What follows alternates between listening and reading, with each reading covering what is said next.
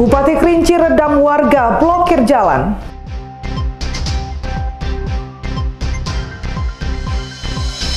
Satu keluarga keroyok akibat tersenggol kendaraan. Mahasiswa Jambi ciptakan VCO dari santan kelapa.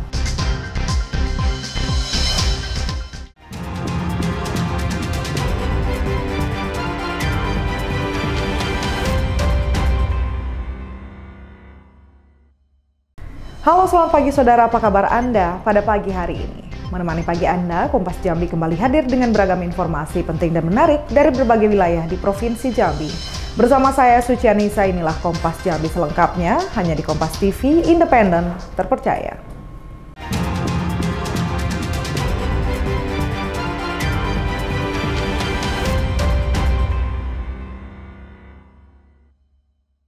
Kita awali informasi pertama. Saudara Bupati Kerinci Monadi turun tangan meredam amarah warga Desa Pulau Pandan, Kecamatan Danau Kerinci, Kabupaten Kerinci, Jambi yang memblokir jalan utama imbas penetapan 7 warga sebagai tersangka usai demo di PLTA Kerinci.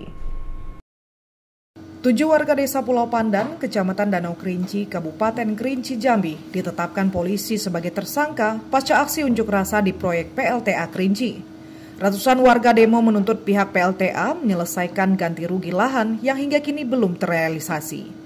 Aksi demo yang berlangsung sejak Kamis pagi hingga malam berujung ricuh dengan aparat.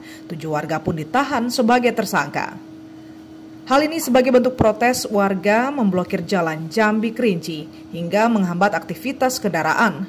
Blokade jalan berlangsung selama 3 jam. Akhirnya dibuka pada Jumat malam pukul 19.30 waktu Indonesia Barat. Bupati Kerinci Monadi mendatangi warga menyatakan siap menjadi jaminan bagi 7 warga yang ditahan, meminta kepada warga agar blokir jalan dibuka kembali. Yang 7 ini dikeluarkan, kayak itu ya. Dari yang 7 keluarkan ini karena bagian bukan di aku menjamin ini keluar. Cuman aku minta waktu, karena bukan wewenang aku yang neken. Kalau misal Pol PP, camat, Pol Desa, mungkin bisa aku ngatur begini, begitu, begini.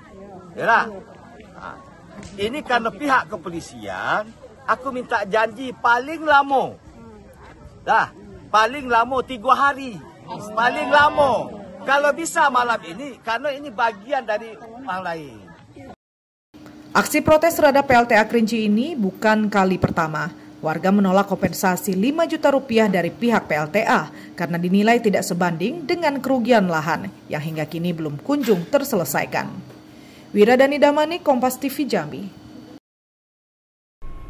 4 unit bedeng rumah kontrakan di kota Jambi ludes terbakar. Api diduga berasal dari kebocoran LPG saat pemilik rumah sedang memasak yang memicu terjadinya ledakan. Akibat kebakaran ini, 1 orang pemilik rumah mengalami luka bakar dan dilarikan ke rumah sakit. 4 unit bedeng rumah kontrakan di Kelurahan Wijayapura, Kecamatan Jambi Selatan, Kota Jambi ludes terbakar. Api cukup cepat membakar rumah. Kebakaran diduga dari kebocoran LPG. Bahkan saat pemilik rumah sedang memasak memicu terjadinya ledakan serta merembet ke rumah tetangga lainnya.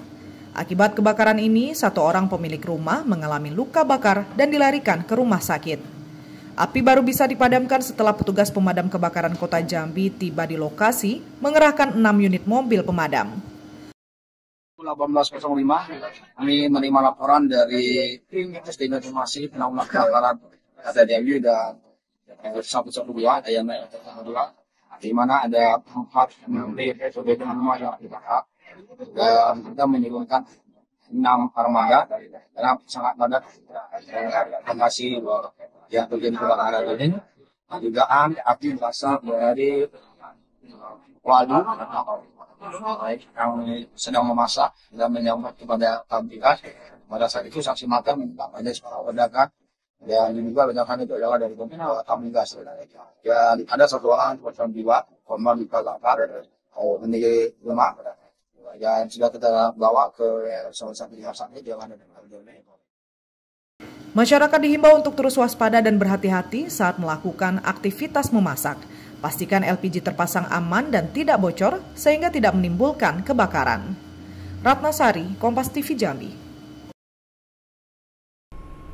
Saudara, pemerintah Kabupaten Batanghari melantik ribuan pegawai pemerintah dengan perjanjian kerja tahap 2 yang dilakukan pada malam hari di alun-alun Batanghari. Ditutup dengan kembang api agar pegawai P3K yang dilantik bisa bekerja dengan baik dan melayani masyarakat dengan tulus. Pemerintah Kabupaten Batanghari melantik ribuan pegawai pemerintah dengan perjanjian kerja tahap 2 dilakukan pada malam hari di alun-alun Batanghari. Ditutup dengan kembang api agar pegawai P3K yang dilantik bisa bekerja dengan baik dan melayani masyarakat dengan tulus. 1.742 orang P3K resmi dilantik oleh Bupati Batanghari, Muhammad Fadil Arif, terdiri dari tenaga teknis sebanyak 1.469 orang dan tenaga kesehatan sebanyak 273 orang. Selain itu, keluarga pegawai P3K yang dilantik juga ikut menghadiri sebagai bentuk kebanggaan dan dukungan kepada keluarga agar mereka bekerja dengan baik lagi.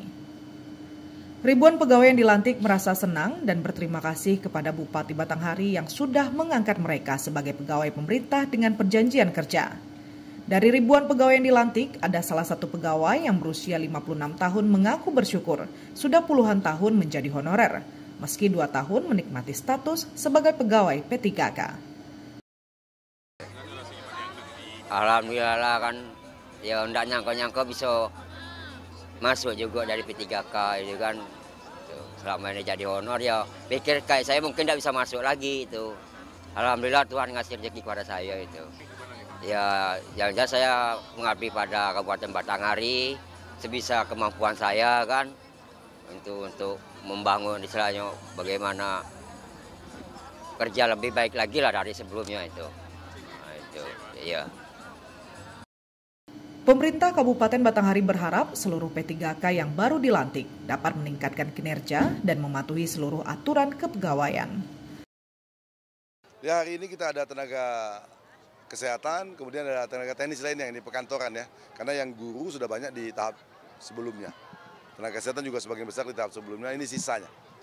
Jadi saat ini sudah ada total 4.529 P3K di Kabupaten Batanghari. Ya, ada sebagian yang masih nyusul NIP-nya, sehingga sedikit lagi, mungkin akan secepatnya kita lantik. Karena kita tahu bahwa P3K di Batanghari lebih banyak dari jumlah PNS-nya. Mudah-mudahan ini menjadi garda terdepan untuk memfasilitasi dan memberikan pelayanan terbaik bagi masyarakat Kabupaten Batanghari.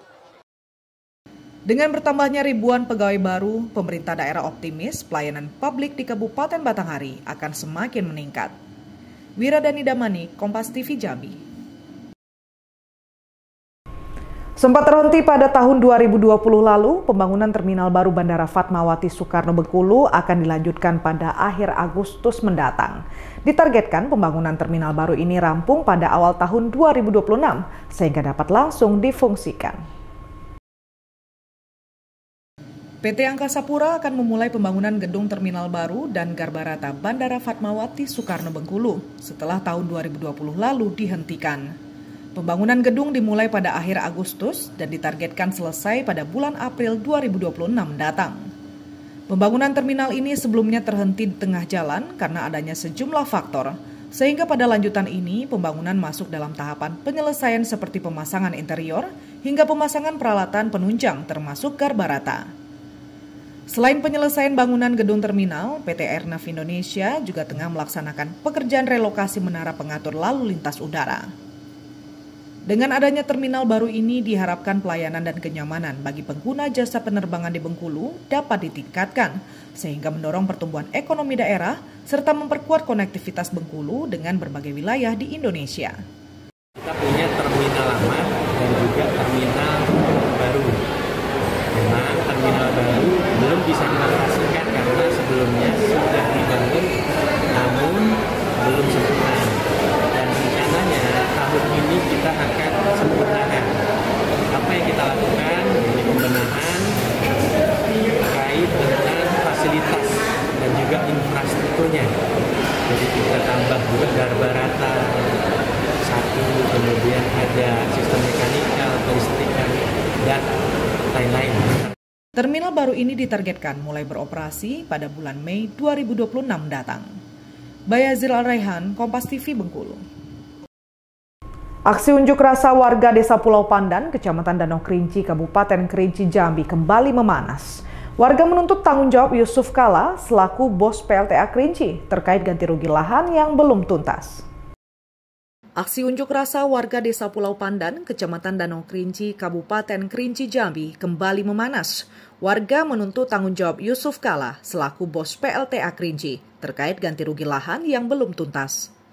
Sejak Kamis pagi hingga malam, ratusan warga Desa Pulau Pandan, Kecamatan Danau Kerinci, Kabupaten Kerinci Jambi menggelar aksi protes di lokasi proyek pembangkit listrik tenaga air PLTA Kerinci. Mereka menuntut ganti rugi lahan terdampak proyek dan menolak kompensasi senilai 5 juta rupiah yang dinilai jauh dari nilai kerugian sesungguhnya. Dalam aksinya, warga juga meminta Yusuf Kala selaku bos PLTA untuk turun langsung menyelesaikan masalah ini, serta mendesak pemerintah turut campur tangan. Protes ini sebelumnya sudah berulang kali digelar, namun hingga kini warga belum mendapatkan kejelasan dari pihak perusahaan. Kami tidak terima batang air kami atau sungai kami dikerok semena-mena. Dengan Bapak memberikan 5 juta kompensasi kepada orang beberapa kakak yang sudah menerima, Bapak mengatakan sudah memberi 607 kakak, padahal belum sampai sebanyak itu. Kami sudah berharap kepada Bapak, coba kita satukan data. Siapa yang mengatakan mana dia anggota kakak yang memberi 607 anggota itu? Kami ini sebagian yang masih hadir sampai malam kami masih demo. Kami tidak terima Bapak bayar 5 juta. Coba Bapak negosiasi dengan kami. Kalau Bapak tidak sanggup bayar seperti yang Bapak janjikan, negosiasi kami makan nasi juga Pak. Tolong bantulah Pak, ngomong dengan masyarakat. Jangan Bapak diam, jangan Bapak pakai kepala desa, orang adat kami, sementara kami ditindas. Kami tidak mau, Pak. Warga terus memperjuangkan haknya, berharap pemerintah bersama perusahaan segera mengabulkan tuntutan mereka. Wiradani Damani, Kompas TV Jambi.